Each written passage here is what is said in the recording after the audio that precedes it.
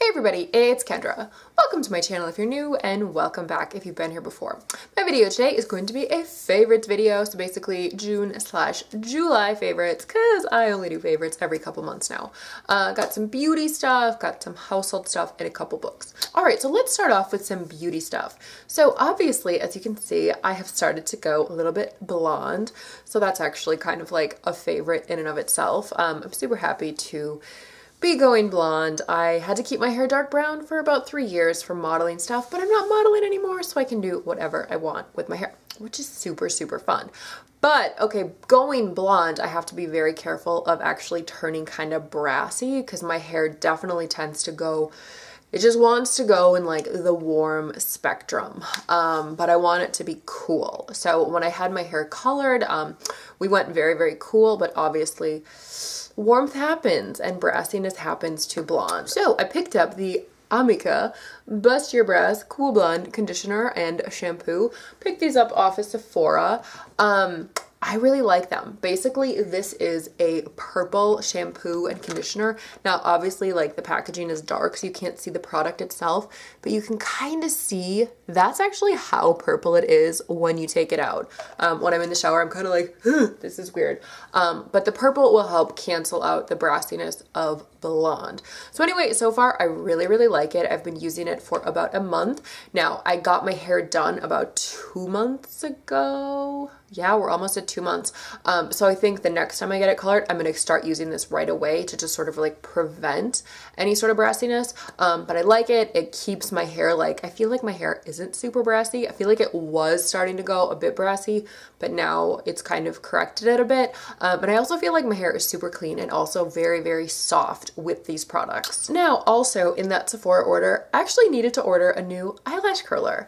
Now, if you've seen any of my old beauty videos, you know that I am a massive fan of the Shu Uemura eyelash curler, but let me tell you, it is like nearly impossible to find any Shu Uemura products in America, and I don't know what to do because I love Shu Uemura. Actually, I know what I'm gonna do. I have to use a different eyelash curler. So I ordered the Kwan eyelash curler, and I have to say, it's a pretty good dupe for the Shu Uemura one. Basically, what I really needed was just like a new little pad for the Shu Uemura one. Couldn't find it, so I was like, you know, I like Kevin Kwan products. I have a really good foundation from Kevin Kwan, so I thought, let's give this a shot. It had good reviews, and I really, really like it. I mean, it's an eyelash curler. It curls my lashes, but it doesn't like pull them or like crimp them in any weird way. So far, so good. Definitely a keeper. And my last beauty product, these are actually some body oils. So I've got some Veleda, I always say this wrong. So I have the Arnica Massage Oil, and then I also have the Sea Buckthorn Oil. Now, I've had the Sea Buckthorn one for a while, and I don't remember why I initially bought that one. But then I recently got the Arnica one, because I know Arnica is really good for like body aches. And my back was kind of hurting, so I was like, oh, I'll get this Arnica oil, and then somehow convince my husband to use it, which never happened. So I just started using it as like an all over body oil along with the Sea Buckthorn one. And like, yes, it is an oil, so I do find I have to really like massage it in, which actually is really nice. You sort of just give yourself this like really invigorating like all over body massage.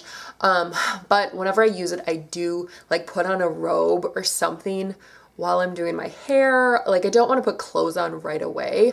And I also notice if I just put it on and then I do my hair, I feel like my hair picks up on it and it gets all greasy. So I definitely have to be careful to make sure I have something like around the neck area after I've oiled up. And basically with my beauty arsenal, I'm trying to get cleaner as far as beauty products go. I'm trying to move more into like the way of like eco-friendly products and just like non-toxic products.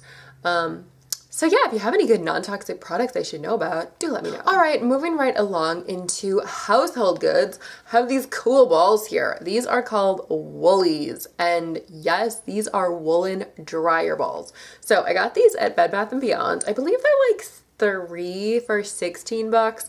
I had actually bought a pack of 6 to split with my mom because she is the one who started using these.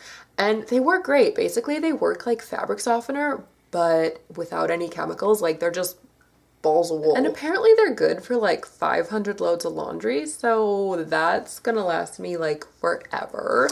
Alrighty, next. So I was recently in Penzeys Spices. If you've never been to Penzeys, it's this amazing like spice emporium.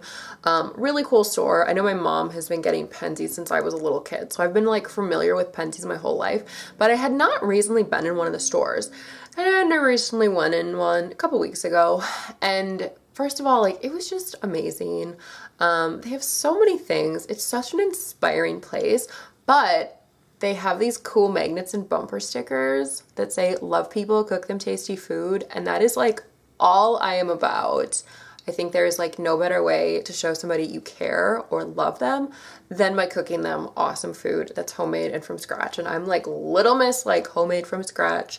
So I just thought this was so appropriate. All right, so speaking of cooking, my next favorite is actually a cookbook, and I'm really excited about the place I got this cookbook from because I got it from my local library. Yes, I finally joined the library. I got a library card, so that's totally like a favorite in and of itself. I just feel like we forget about how amazing the library is because it's like Amazon. Oh, you want something? Like, get a book, like get it on Amazon, Amazon Prime, it's here tomorrow. But like there is something so wonderful about libraries. They are so peaceful and people are so friendly there, and it's just like, I feel like you can just go in and just like breathe. Like it's so calm. So anyway, go to the library, join the library, and my mother would be so proud of me because she's actually super involved in the local library in my hometown. So thanks, Mom. Thanks for encouraging me to get a library card finally. So the book I picked up, actually, the library that I go to didn't actually have this in their collection, but they were able to get it from like a neighboring library in the library system, and it is Danielle Walker's Against All Grain. So this is a grain-free, gluten-free, and dairy-free cookbook.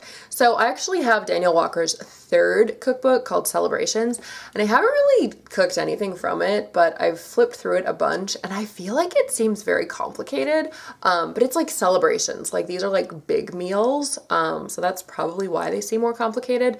But anyway, I was kind of like unsure if I should order her first two, so I was like, I'm just gonna get it from the library and I'll see if I like it.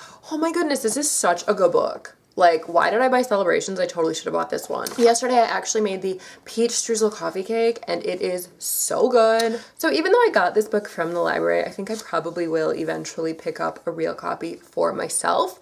The reason I'm super interested in this whole, like, gluten-free, grain-free thing, I actually just had a blood test for celiac disease. I don't know if I'm celiac. I should find out next week.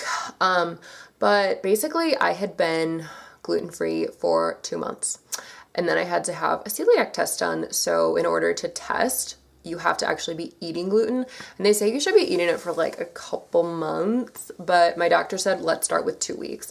So I was able to get through 12 days and I felt so sick, so miserable the whole time. Finally on day 12, like had my toast in the morning, and then I just had mega migraines all day. And I'm like, I can't do it anymore. I'll do it. I'll do the test. Maybe the results will come back that I have celiac after just 12 days of this, but I can't do that to myself for like 2 full weeks. I can't do it to myself for like 2 months. So we shall see what happens with that. If I don't have celiac, I definitely have like some mega gluten intolerance because it was hell getting through those 12 days. It was like a blur. Like when I think of those 12 days, I'm just like, I felt miserable the whole time and I couldn't tell you anything I did. Zero energy, just felt ill all the time. All right, and that brings me to my final favorite, which is totally on the topic of celiac disease, which is Jennifer's Way by Jennifer Esposito. Remember her? She was in like Spin City and Blue Bloods. I don't know. I never actually watched that show. Anyway, this is her story. She actually has celiac disease, and it took her like a bajillion years to get diagnosed with it. And she just talks about her life and like her whole story of how she felt and like how she always just kind of felt unwell. And she went to all these doctors and had all these tests run, and they could never figure it out. And then finally some doctor was like, oh, actually you have celiac disease. And yes, she does. So she wrote a book about it, and she actually has a cookbook coming out, and she started a bakery in New York and all this stuff, like all gluten-free, dairy-free, all this stuff. So yeah, I would suggest if you're kind of feeling like a little bit weird, like kind of think about how your diet affects like the way you feel. Because I know for sure when I was eating gluten for those 12 days compared to now, like today is only day 5 of not eating it, night and day difference. Like I still don't feel like 100%, but I definitely feel like I can function. So anyway, I will keep you posted on whatever happens with this whole celiac situation. So anyway, there you go. Those are my favorites for the last couple of months. I would love to know what you are in love with. So thank you so much for watching. Like, comment, subscribe, and I'll see you in my next video. Bye!